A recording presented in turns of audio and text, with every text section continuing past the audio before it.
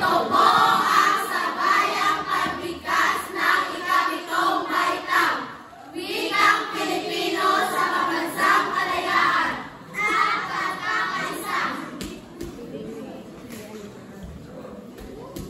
Sa bawat panahon, sa bawat kasaysayan, sa bawat henerasyon, may kalawakan ng isip, may palitan ng paniwala, may tagisan ng mabili.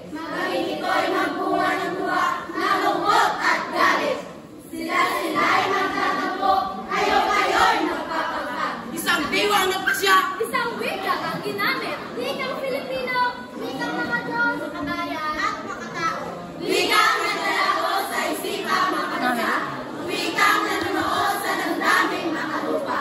At ay sa isang dila, sama-samang piling, bumubulong, umiiyaw, hinihingi ay kalayaan, katarungan.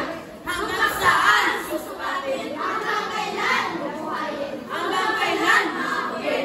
Layang mag-usap, layang sumulat, layang maginagsik, maginagsik, maginagsik, maginagsik. At parang isang pangarap, parang isang panaginip. Kasaysayan pala ng bago isang saglit. Sa dakong silangan, doon sa silangan, ang sikat ng araw, sumilit, sumikat, umilit. Sa sarang mukha, magkakadugo, magkakapatid. Sa samahan ng bisig, magkakit-bisig, maganda at tumindig. At pagpapatakan ang ikapitong baitang.